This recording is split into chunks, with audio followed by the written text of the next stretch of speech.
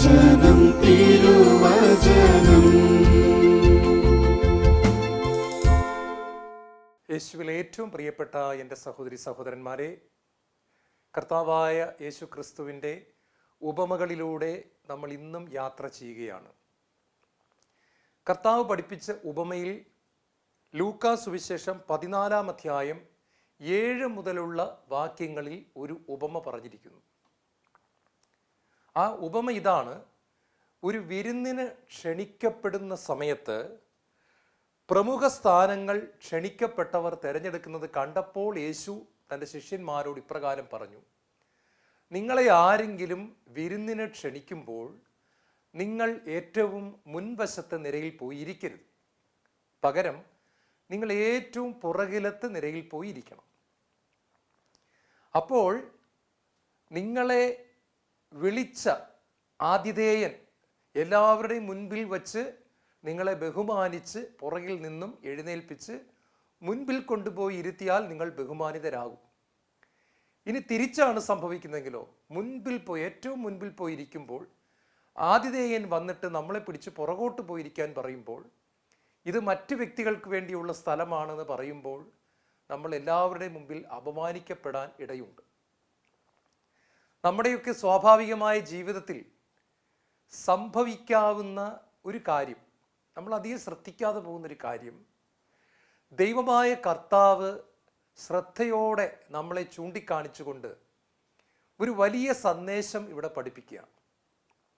സന്ദേശം ഇതാണ്: തന്നെത്താൻ ഉയർത്തുന്നവൻ താഴ്ത്തപ്പെടും, തന്നെത്താൻ താഴ്ത്തുന്നവൻ ഉയർത്തപ്പെടും. ഒരു വിരുന്നുമായിട്ട് ബന്ധപ്പെട്ടുകൊണ്ട് കർത്താവ് ഇത് വളരെ മനോഹരമായിട്ട് നമ്മളെ പഠിപ്പിക്കുകയാണ്. ഈശോയിൽ ഏറ്റവും പ്രിയപ്പെട്ട എൻ്റെ സഹോദരി സഹോദരന്മാരെ, ക്രിസ്തീയ ജീവിതത്തിൽ ഈശോ പഠിപ്പിക്കുന്ന ഏറ്റവും പ്രധാനപ്പെട്ട പാഠങ്ങളിലൊന്ന് എളിമയാണ്. എനിക്കും നിങ്ങൾക്കും ഏറ്റവും ബുദ്ധിമുട്ടുള്ളതും എളിമ നേടിയെടുക്കാൻ തന്നെയാണ്. എളിമയെപ്പറ്റി സഭാപിതാക്കന്മാർ പറയുന്നത് ഏറ്റവും പ്രയാസകരമായ സുഹൃതം എന്നാണ്. വിശുദ്ധ ബെർണാഡ് പറയുന്നത് ഇങ്ങനെയാണ്: എല്ലാ നന്മകളും കൂട്ടിയിണക്കുന്ന ജപമാലയുടെ ചരടാണ് എളിമ. എല്ലാ നന്മകളും കൂട്ടിയിണക്കുന്ന ജപമാലയുടെ ചരടാണ് എളിമ. എളിമയുള്ള വ്യക്തിക്ക് എല്ലാം ലഭിക്കുന്നു. പക്ഷെ എളിമ കിട്ടുന്നത് പ്രയാസമാണ്. യേശു ക്രിസ്തുവിനോടുള്ള ആഴമേറിയ ബന്ധത്തിലൂടെ യേശുവിൽ നിറഞ്ഞു നിൽക്കുന്ന എളിമ നമുക്ക് സ്വന്തമാക്കാനായിട്ട് സാധിക്കും. മറ്റൊരു വഴിയുമില്ല. എളിമ സ്വർഗം തന്നെ നമ്മിലേക്ക് പകർന്നു തരേണ്ടിയിരിക്കുന്നു. നാം അതിനുവേണ്ടി ദാഹിക്കേണ്ടിയിരിക്കുന്നു. നാം അതിനുവേണ്ടി നിലവിളിക്കേണ്ടിയിരിക്കുന്നു. പൂർണ്ണ ഹൃദയത്തോടെ നമ്മൾ എളിമയെ അന്വേഷിക്കുമ്പോൾ, അങ്ങനെ അന്വേഷിക്കുന്ന വ്യക്തികൾക്ക് മാത്രം സ്വർഗം ആ അമൂല്യമായ സമ്മാനം നൽകുകയാണ്. ഈ ഉപമയുമായിട്ട് ബന്ധപ്പെട്ട ഏതാനും കാര്യങ്ങൾ നമ്മൾ ഇന്ന് ചിന്തിക്കുകയാണ്. ഒന്ന്, എന്തുകൊണ്ടാണ് നമ്മൾ എളിമപ്പെടണം എന്ന് ദൈവം പറയുന്നത്? അതിൽ ഏറ്റവും പ്രധാനപ്പെട്ട കാര്യമെന്ന് പറയുന്നത്, നമ്മൾ എളിമപ്പെടണമെന്ന് ദൈവം പറയാൻ കാരണം, ഒന്ന്, നമ്മൾ മരിച്ചു പോകാനുള്ളവരാണ്. അതായത് നമ്മൾ അമർത്യരല്ല, നമ്മൾ മർത്യരാണ്. ഈ ലോകത്തിൽ എന്നും ജീവിച്ചിരിക്കേണ്ട വ്യക്തികളല്ല നമ്മൾ. ഒരു ദിവസം പുഴുവിൻ്റെ ആഹാരമായി തീരേണ്ടവരാണ് നമ്മൾ. കർത്താവിൻ്റെ വചനം പ്രഭാഷകന്റെ പുസ്തകത്തിൽ വളരെ വ്യക്തമായിട്ട് തന്നെ ഇക്കാര്യം പഠിപ്പിക്കുന്നുണ്ട്. ഇന്ന് രാജാവ്, നാളെ ജഡം, മരിച്ചു കഴിഞ്ഞാൽ കൃമികൾക്കും പുഴുവിനും ആഹാരം.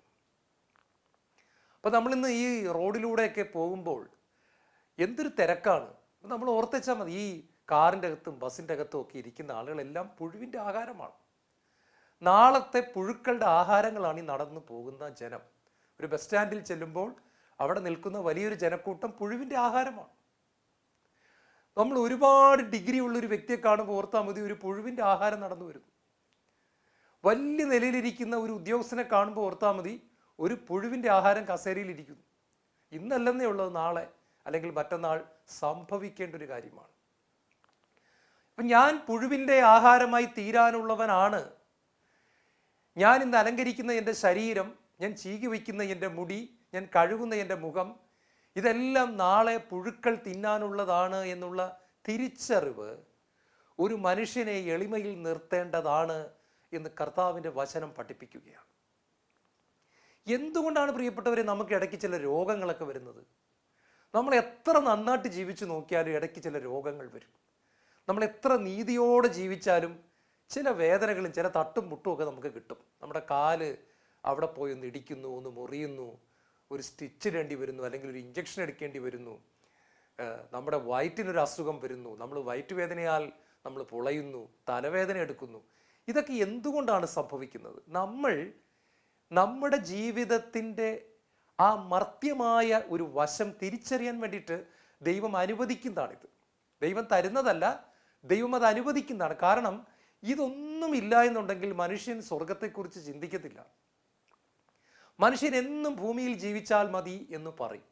അപ്പം ആ തിരിച്ചറിവ് കിട്ടാൻ വേണ്ടിയിട്ടാണ് ഇങ്ങനെയുള്ള ചില വേദനകളും സഹനങ്ങളും ദൈവം നമ്മുടെ ജീവിതത്തിൽ അനുവദിക്കുന്നത്. അപ്പോൾ ഒന്നാമത് നമ്മൾ എളിമപ്പെടാനുള്ള ഒന്നാമത്തെ കാരണം എന്ന് പറയുന്നത് നമ്മൾ മർത്യരാണ് എന്നുള്ള തിരിച്ചറിവാണ്. പ്രിയപ്പെട്ടവരെ, നമ്മൾ ഒരു ദിവസം മരിച്ചു പോകേണ്ടവർ ആണ്.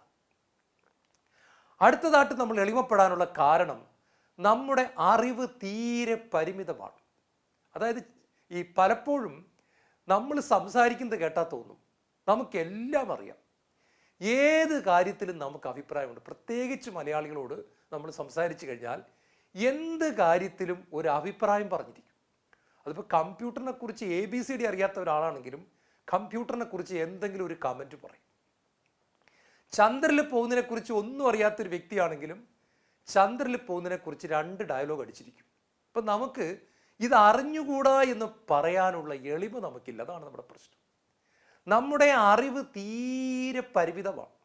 അതായത് ഒരു കടലിൽ നമ്മൾ ഒരു തുള്ളി വെള്ളം എടുത്ത് നമ്മൾ കയ്യിൽ പിടിച്ചു കഴിഞ്ഞാൽ അത്രയും പോലും ശരിക്കും ഇല്ല നമ്മുടെ അറിവ് എന്ന് നമുക്ക് മനസ്സിലാക്കണം. അല്പമൊക്കെ വിദ്യാഭ്യാസമൊക്കെ വന്നു കഴിഞ്ഞാൽ, പ്രത്യേകിച്ച് വിദ്യാഭ്യാസത്തിൻ്റെ കാര്യത്തിൽ നമ്മൾ ശ്രദ്ധിക്കണം. ഇംഗ്ലീഷിൽ ഡിഗ്രിയും പോസ്റ്റ് ഗ്രാജുവേറ്റ് ഡിഗ്രിയും ഒക്കെ എടുക്കുന്ന വ്യക്തികൾ, ഇപ്പോൾ MA എടുക്കുന്ന വ്യക്തി ഇംഗ്ലീഷിൽ, ആ വ്യക്തിക്ക് ഇംഗ്ലീഷ് എന്ന് പറയുന്ന ആ ലാംഗ്വേജിൽ, ആ ഭാഷയിൽ കുറച്ചറിവുണ്ട്. പക്ഷെ ബാക്കി അറിവില്ലായ്മ എത്രയോ കൂടുതലാണ്. അദ്ദേഹത്തിന് ഫിസിക്സ് അറിയത്തില്ല, അദ്ദേഹത്തിന് ബയോളജി അറിയത്തില്ല, ആ വ്യക്തിക്ക് കെമിസ്ട്രി അറിയത്തില്ല. നോക്കിക്കേ, ഇതുപോലെ കെമിസ്ട്രി അറിയാവുന്ന വ്യക്തിക്ക് ബാക്കിയൊന്നും അറിയത്തില്ല. അപ്പം നമ്മുടെ അറിവ് വളരെ വളരെ നിസ്സാരമാണ്. ഒരിക്കൽ സോക്രട്ടീസ് എന്ന് പറയുന്ന മഹാനായ ഗുരു അദ്ദേഹത്തിൻ്റെ ശിഷ്യന്മാരെ ഒരുപാട് കാര്യങ്ങൾ പഠിപ്പിച്ചതിന് ശേഷം ഒരു ദിവസം അദ്ദേഹം പറഞ്ഞു, ഞാൻ നിങ്ങളെ എനിക്കറിയാവുന്ന എല്ലാ കാര്യങ്ങളും തന്നെ പഠിപ്പിച്ച് തന്നിട്ടുണ്ട് കേട്ടോ, എല്ലാം ഞാൻ നിങ്ങൾക്ക് പറഞ്ഞു തന്നു. അപ്പം ശിഷ്യന്മാർ തിരിച്ചൊരു ചോദ്യം ചോദിച്ചു. അപ്പോൾ ഗുരുവേ, ഞങ്ങളും അങ്ങും തുല്യരായി കഴിഞ്ഞു അല്ലേ? ഞങ്ങളും അങ്ങും ഇപ്പം സമരാണ്, തുല്യരാണല്ലേ, വി ആർ ഈക്വൽ. അപ്പോൾ സോക്രട്ടീസ് ചിരിച്ചുകൊണ്ട് പറഞ്ഞു, എനിക്കറിയാവുന്ന എല്ലാ കാര്യങ്ങളും നിങ്ങളെ പഠിപ്പിച്ചു എന്നുള്ളത് സത്യമാണ്. പക്ഷെ ഇപ്പോഴും ഞാനും നിങ്ങളുമായിട്ടൊരു വ്യത്യാസമുണ്ട്.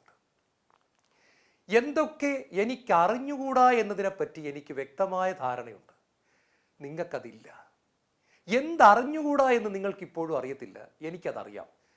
എനിക്കറിഞ്ഞുകൂടാത്ത കാര്യങ്ങളെക്കുറിച്ച് എനിക്ക് നല്ല നിശ്ചയമുണ്ട്. അതാണ് ഇപ്പോൾ ഞാൻ നിങ്ങൾ തമ്മിലുള്ള വ്യത്യാസം. യേശുവിൽ ഏറ്റവും പ്രിയപ്പെട്ട സഹോദരങ്ങളെ, നമ്മളൊന്ന് ചിന്തിച്ച് നോക്കിക്കേ. എല്ലാം അറിയുമെന്നൊക്കെ പറഞ്ഞ് ഒരുപാട് വാചകങ്ങൾ അടിക്കുന്ന നമ്മൾ അല്പനേരം മൗനമായിട്ട് കണ്ണടച്ചിരുന്ന് ഒന്ന് ധ്യാനിച്ചു നോക്കിയാൽ നമുക്ക് അറിഞ്ഞുകൂടാത്ത കാര്യങ്ങൾ. എന്തിന് നമ്മൾ താമസിക്കുന്ന സിറ്റിയിൽ എത്ര വീടുണ്ടെന്ന് നമുക്കറിയാവോ? ഇതുപോലും നമുക്കറിയത്തില്ല. നമ്മൾ താമസിക്കുന്ന ജില്ലയിൽ എത്ര ആൾക്കാരുണ്ടെന്ന് നമുക്കറിയാവോ? പുസ്തകം എടുത്ത് നോക്കണം. അപ്പോൾ ഇതൊരു ചെറിയ കാര്യം ഞാൻ പറഞ്ഞത് മാത്രമേ ഉള്ളൂ. നമുക്കൊന്നും അറിഞ്ഞുകൂടാ. കുറച്ച് കാര്യങ്ങൾ, പരിമിതമായ, വളരെ വളരെ പരിമിതമായ അറിവേ ഉള്ളൂ. ഇവിടെ എത്ര ഡിഗ്രികൾ സമ്പാദിച്ച വ്യക്തിക്ക് ചെറിയ അറിവേ ഉള്ളൂ. ആ വ്യക്തിക്ക് പോലും അറിഞ്ഞുകൂടാത്ത കാര്യങ്ങൾ അനവധിയാണ്. ഉദാഹരണം പറഞ്ഞാൽ ഇന്ത്യയിൽ IAS കിട്ടുന്നത് വലിയൊരു അംഗീകരിക്കപ്പെട്ട കാര്യമാണ്, സന്തോഷമാണ്. വളരെ ബുദ്ധിമുട്ടാണ് IAS കിട്ടുവാൻ. കിട്ടുന്നവരെ നമ്മൾ ബുദ്ധിമാന്മാരെന്നും അതിബുദ്ധിമാന്മാരെന്നും വിളിക്കും. സത്യമാണത്, ഒത്തിരി സന്തോഷിക്കേണ്ട ഒരു കാര്യമാണ്. പക്ഷേ അവർക്ക് അറിഞ്ഞുകൂടാത്ത ഒരുപാട് കാര്യങ്ങളുണ്ട്. ഒരു ഡോക്ടർക്ക് അറിയാവുന്ന കാര്യങ്ങൾ അവർക്കറിയത്തില്ല. എന്നാൽ ഡോക്ടർക്കാകട്ടെ ഒരു എഞ്ചിനീയറിന് അറിയാവുന്ന കാര്യങ്ങൾ അറിഞ്ഞുകൂടാ. എഞ്ചിനീയർക്കാകട്ടെ ഒരു മൈക്രോബയോളജിസ്റ്റിന് അറിയാവുന്ന കാര്യങ്ങൾ അറിഞ്ഞുകൂടാ. ഇങ്ങനെ അറിഞ്ഞുകൂടാത്ത കാര്യങ്ങൾ ഒത്തിരിയുണ്ട്. അതുകൊണ്ട് എത്ര ഡിഗ്രിയുള്ള വ്യക്തിക്കും എളിമപ്പെടാൻ അത് മതി. എൻ്റെ അറിവ് വളരെ പരിമിതമാണ് എന്നുള്ള കാര്യം എന്നെ എളിമയിൽ നിർത്തണം. 3, എൻ്റെ നന്മ വളരെ ചെറുതാണ്, അതെന്നെ എളിമയിൽ നിർത്തണം. നമ്മൾ എത്രമാത്രം നന്മ ചെയ്യുന്ന വ്യക്തിയാണെങ്കിലും നമ്മൾ മദർ തെരേസയുമായിട്ട് നമ്മളെ തന്നെ ഒന്ന് താരതമ്യപ്പെടുത്തി നോക്കി. നമ്മുടെ കാറ്റ് പോകുന്ന പരിപാടിയാണ്. അതായത് കാറ്റ് പോകുന്ന ബലൂൺ പോലെ നമ്മൾ ചുട്ടിപ്പോകും.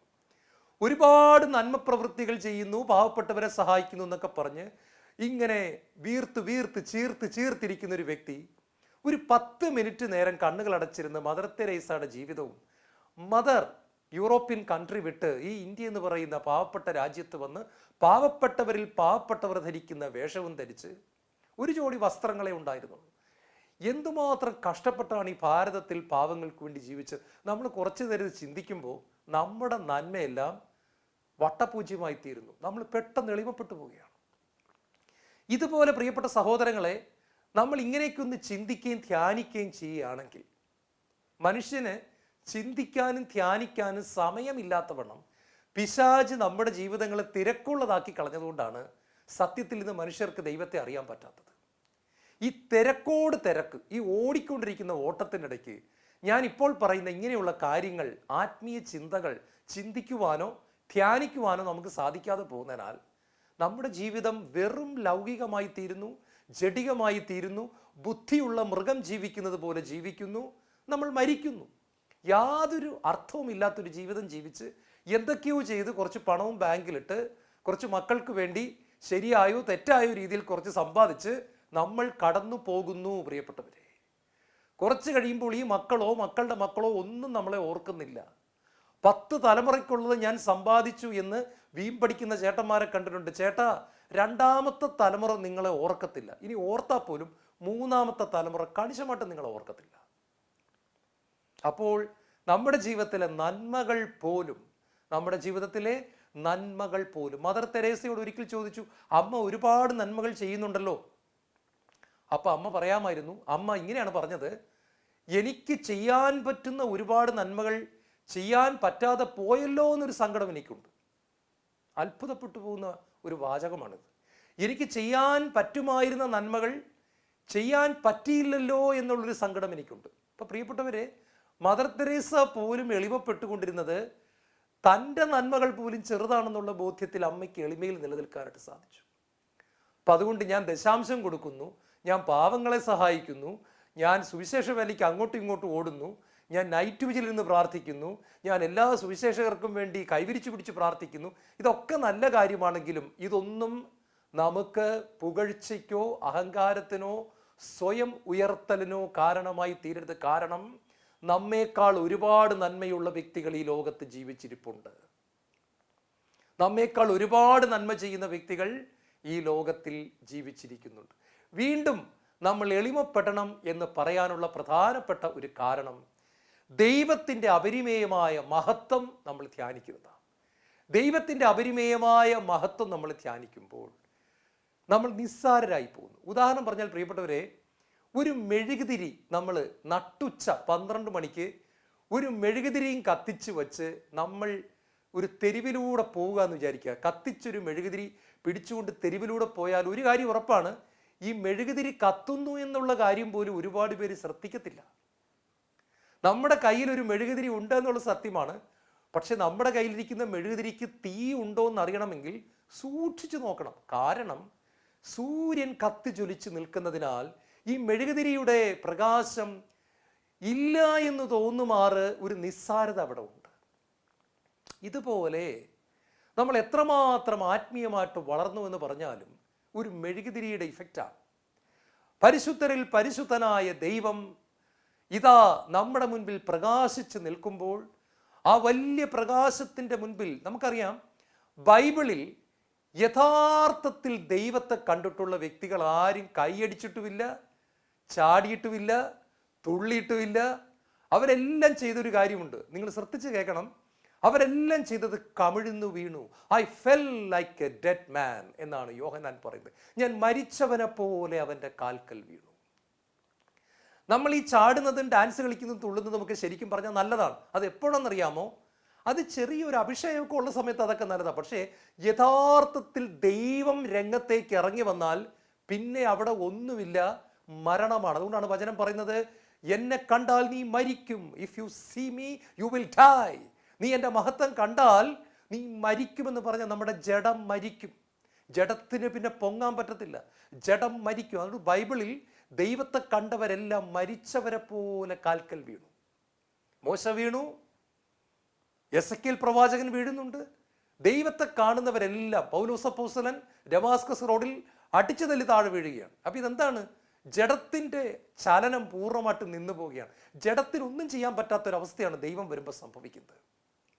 അതുകൊണ്ട് പ്രിയപ്പെട്ടവരെ, പരിശുദ്ധരിൽ പരിശുദ്ധനായ ദൈവത്തെ നമ്മൾ കണ്ടു കഴിയുമ്പോൾ നമ്മൾ ഒന്നുമില്ല എന്ന് പറഞ്ഞുകൊണ്ട് മരിച്ച ഒരു വ്യക്തിയെപ്പോലെ വീണ് ഒരു ആരാധനയുടെ മനോഭാവത്തിലേക്കും ഒരു ശൂന്യതയുടെ മനോഭാവത്തിലേക്കും കടന്നു വരുന്നു. അതുകൊണ്ടാണ് സഭയിലെ വിശുദ്ധർ, പ്രത്യേകിച്ച് വേദപാരംഗതരായ വിശുദ്ധ അമ്മത്രേസ്യയെ പോലുള്ള വ്യക്തികൾ പഠിപ്പിക്കുന്നത്, നിങ്ങൾ നിശബ്ദതയിൽ ദൈവത്തെ ആരാധിക്കാൻ പഠിക്കണം. നിശബ്ദതയിൽ ദൈവത്തെ ആരാധിക്കുമ്പോൾ ദൈവത്തിൻ്റെ മഹത്വം നിങ്ങൾക്ക് കാണാൻ സാധിക്കും. ദൈവത്തിൻ്റെ ഗ്ലോറി, ദൈവത്തിൻ്റെ തേജസ്, ദൈവത്തിൻ്റെ അപരിമേയമായ മഹത്വം നിങ്ങൾക്ക് അനുഭവിക്കാൻ തക്കവണ്ണം പരിശുദ്ധാത്മാവ് നിങ്ങളുടെ പ്രാർത്ഥനാ മുറിയിൽ ഇറങ്ങി വരുമ്പോൾ ഒരു വലിയ ഗുണം നിങ്ങൾക്ക് സംഭവിക്കുമെന്ന് അമ്മ തെരേസ്യ പറയുന്നത്. അതിതാണ്, നിങ്ങൾക്ക് നിങ്ങളുടെ നിസ്സാരത മനസ്സിലാക്കാൻ പറ്റും.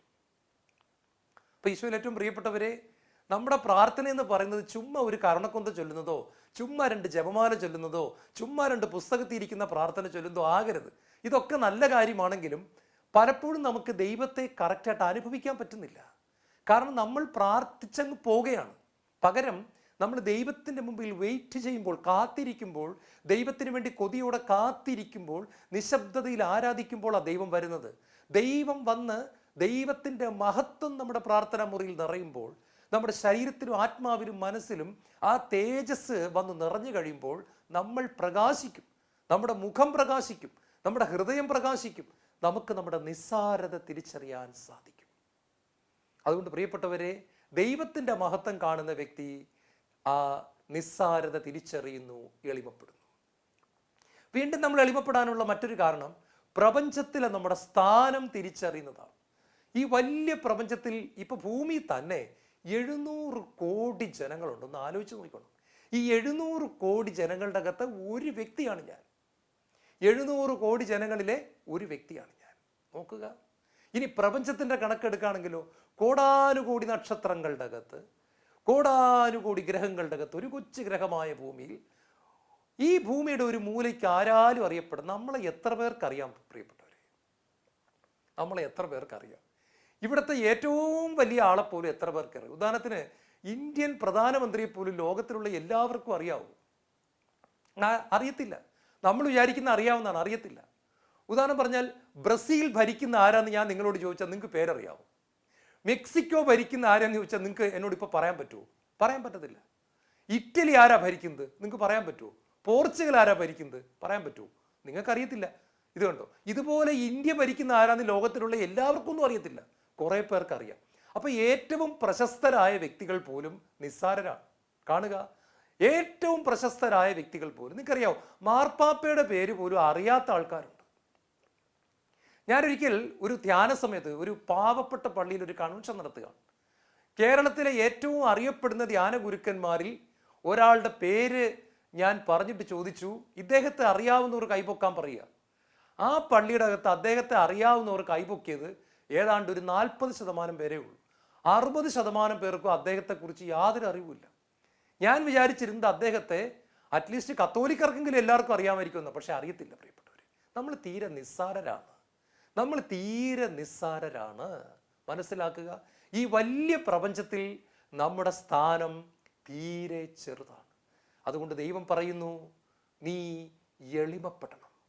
പുഴുവായ യാക്കോബേ, കൃമിയായ ഇസ്രായേലേ, നിന്നെ ഞാൻ അനുഗ്രഹിക്കുമെന്നാണ് ദൈവം പറയുന്നത്. എന്ന് പറഞ്ഞാൽ ദൈവം മനുഷ്യരെ നോക്കി കൃമി പുഴുവെന്ന് വിളിച്ചൊന്നുമല്ല. യാക്കോബ് തൻ്റെ ജീവിതത്തിൽ ഒരു ദിവസം തിരിച്ചറിയാണ്, താൻ ഒരു പുഴുവിനെ പോലത്തെ വ്യക്തിയാണ്, അത്രയേ ഉള്ളൂ. പക്ഷെ തന്നെ ദൈവം മകനെ എന്ന് വിളിച്ച് സ്നേഹിക്കുന്നത് ദൈവത്തിൻ്റെ ഗ്രേറ്റ്നെസ്സാണ്.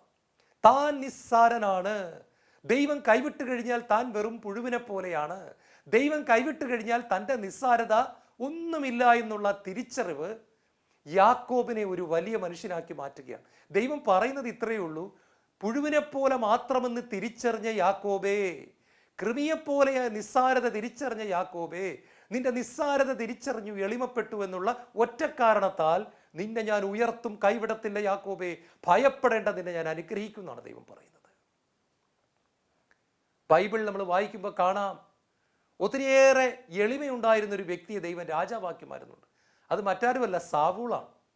ഈ രാജാവിന് വേണ്ടി തെരഞ്ഞെടുപ്പ് നടത്തുമ്പോൾ സാവൂള് പോയി ഒളിച്ചിരിക്കുകയാണ്.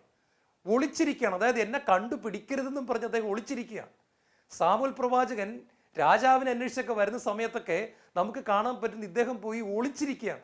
അതായത് ഒരു യോഗ്യതയില്ല, അതുകൊണ്ട് ഞാൻ ആ പരിസരത്തോട്ടേ പോകുന്നില്ല എന്ന് പറഞ്ഞ് അദ്ദേഹം മറഞ്ഞിരിക്കുന്ന സമയത്താണ് അദ്ദേഹത്തെ സെലക്ട് ചെയ്ത ദൈവം. എന്നിട്ട് അദ്ദേഹം ചോദിക്കുന്നുണ്ട്, ഇസ്രായേൽ ഗോത്രങ്ങളിൽ ഏറ്റവും നിസ്സാരനല്ലേ ഞാൻ ചെറിയവനല്ലേ എന്ന് അദ്ദേഹം ചോദിക്കുന്നുണ്ട്. പക്ഷെ പിന്നീട് അദ്ദേഹത്തിന് അബദ്ധം പറ്റുകയാണ്.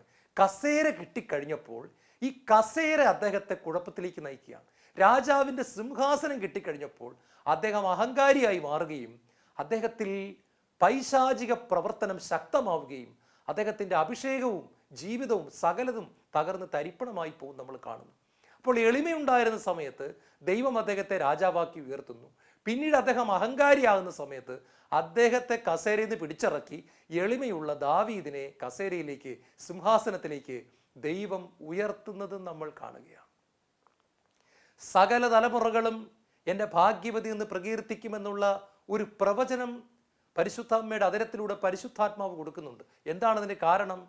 അവിടുന്ന് തൻ്റെ ദാസിയുടെ താഴ്മയെ കടാക്ഷിച്ചു. ഇന്ന് ലോകത്തിൽ ഏറ്റവും കൂടുതൽ ആരാധിക്കപ്പെടുന്ന നാമം യേശുക്രിസ്തുവിൻ്റെ നാമമാണ്. ഫിലിപ്പിയ ലേഖനം 2-ാം അധ്യായത്തിൽ അതൊരു പ്രവചനമാണ്. എല്ലാ മുട്ടുകളും അവൻ്റെ മുമ്പിൽ മടങ്ങും, എല്ലാ നാവുകളും യേശുക്രിസ്തു കർത്താവാണെന്ന് ഏറ്റു പറയും. ഇതൊരു പ്രവചനമാണ്.